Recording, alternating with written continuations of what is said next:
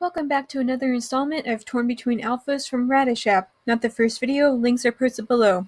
Before anybody asks, no, I haven't heard back from that crazy chick from the other videos yet.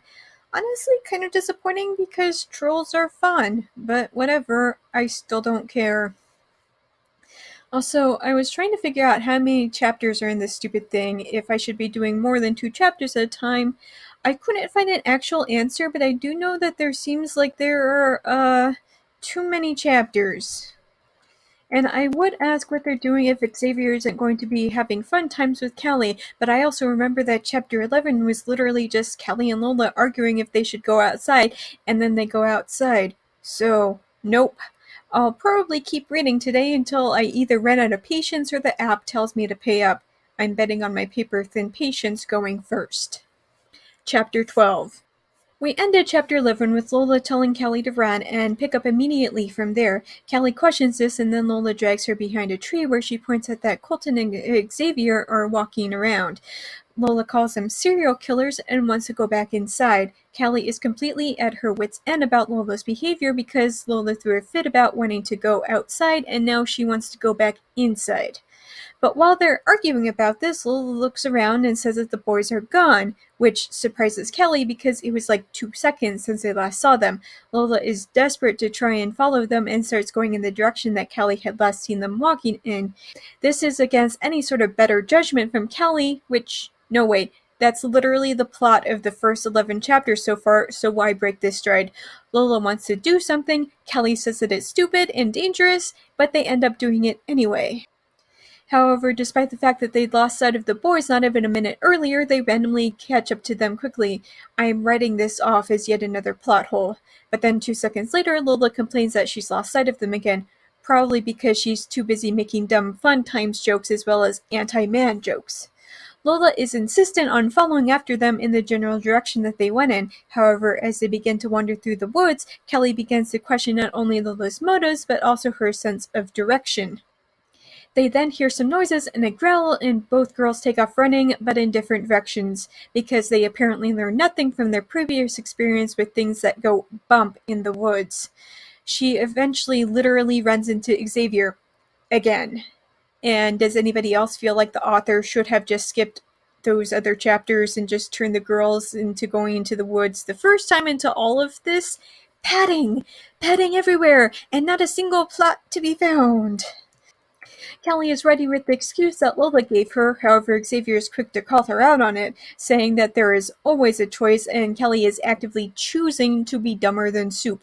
And Callie says that she feels like when you're in grade school and get scolded by the teacher, and yes, wandering into the woods blindly, following an idiot who just gets you more and more lost, is something that you should feel ashamed about.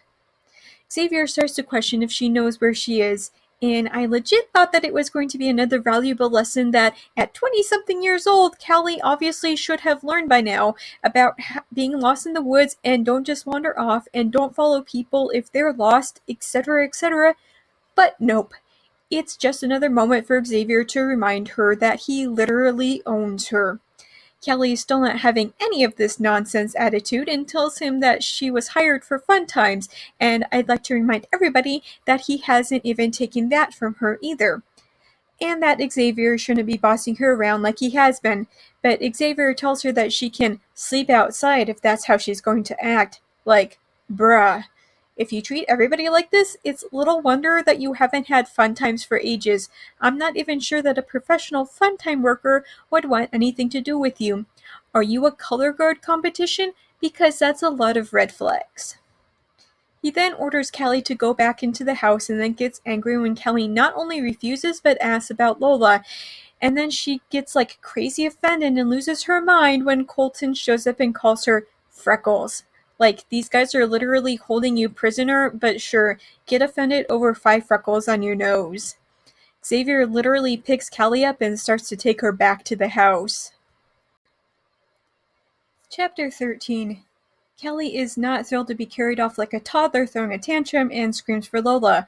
Xavier tells her to be quiet or else the wolf bear will find them. However, he seems to be mocking her with that. Back at the house, Lola comes over and tries to get Xavier to put Callie down. However, he ignores both of them because he's nice like that. Sarcasm.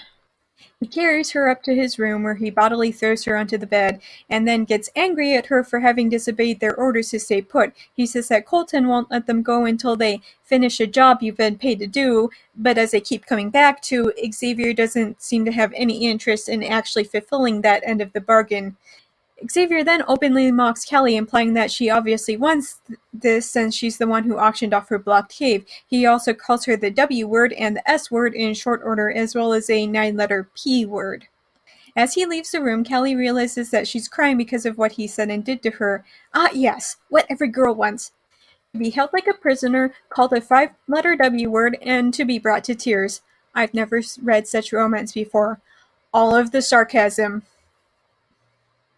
Kelly has to remind herself that she's doing this because her sick mother needs the money for her medical bills, but at what point does a reasonable person tell themselves that no amount of money is worth something like this?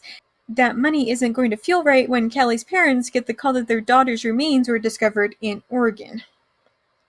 Lola comes in and is upset that Kelly is upset. She says that she's going to kill Xavier, but Kelly stops her. Lola says that Kelly is crying and that this isn't nothing, but Kelly insists that it was just teasing.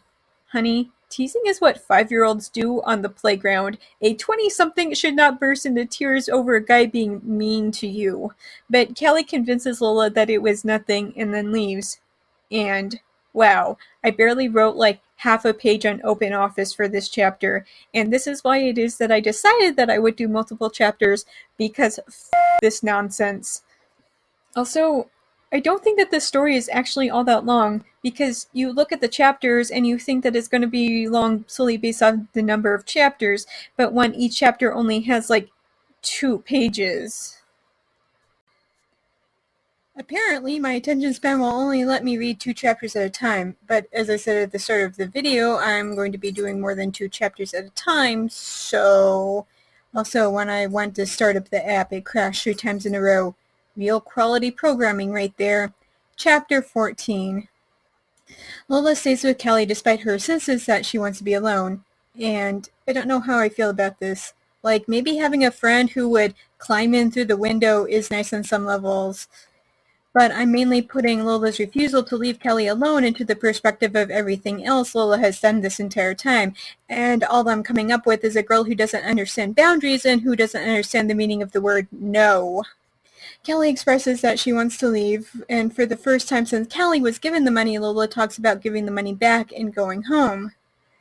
However, despite Kelly's fear, the idea of arbitrarily disappointing her parents somehow overrides basic common sense, and she refuses to give the money back. And then Lola is suddenly the voice of reason, saying that she'd do the same thing, and that your first time shouldn't be under imminent threat of being murdered. And then, because the scene is too much, Lola makes a joke about how Xavier's murder weapon would be his giant man stick. Filed under stuff nobody over the age of 12 finds funny.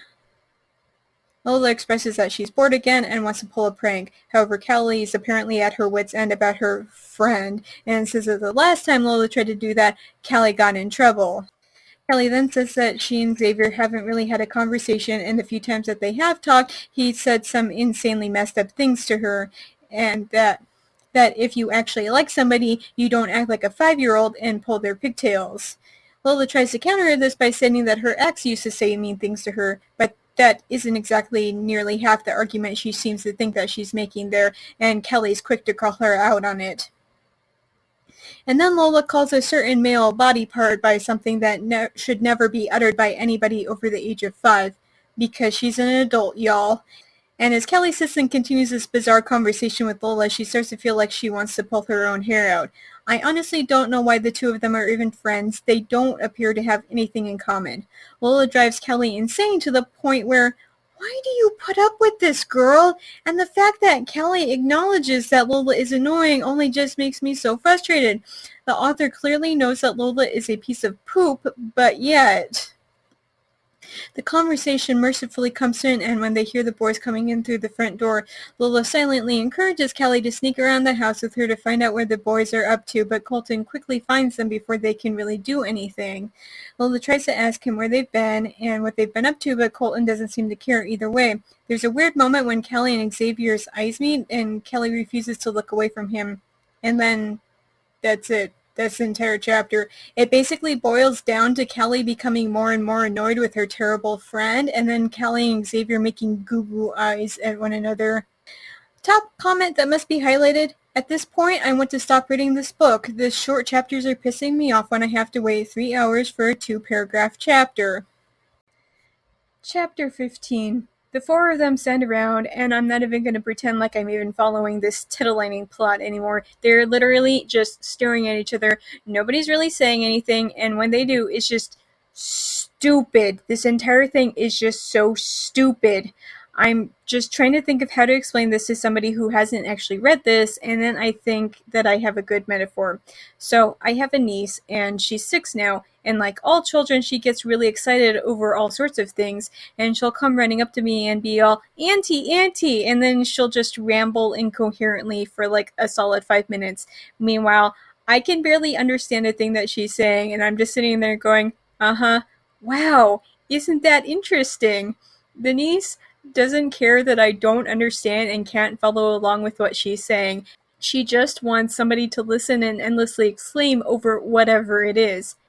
And that's this author. She isn't good at writing. Her writing is an incoherent mess, and yet she wants people to exclaim over how amazing that it is. Back to the story. Kelly then brings up the fact that she still hasn't lost her blocked cave yet. Lola says that she wants to go out and then blames Kelly for not being able to see what she wanted to when they last went out.